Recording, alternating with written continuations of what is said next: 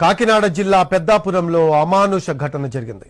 ప్రేమ పేరుతో వలవేసి పెళ్లి చేసుకున్నాడో ప్రబుద్ధుడు.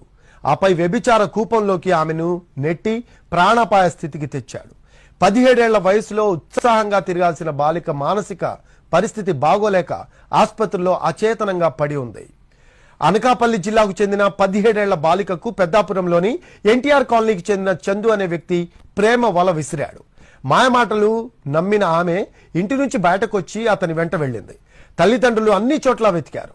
న్యాయం చేయాలని అనకాపల్లి జిల్లా పోలీసులను ఆశ్రయించారు.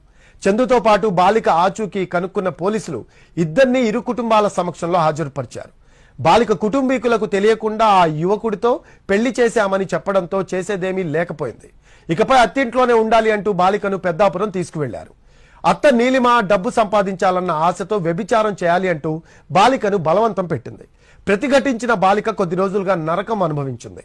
ఇదే క్రమంలో రకరకాల మందులు ఆమెతో బలవంతంగా మింగించినట్లు తెలుస్తోంది. పరిస్థితి అదుపు తప్పకుండా శరీరం సహకరించక కాళ్ళు చేతులు వంకర్లు తిరిగి నోట మాట రాక అపస్మారక స్థితికి చేరింది. గతేడాది డిసెంబర్ 28న బాలికను అత్తింటి వారు కాకినాడలోని జీజీహెచ్లో చేర్పించారు.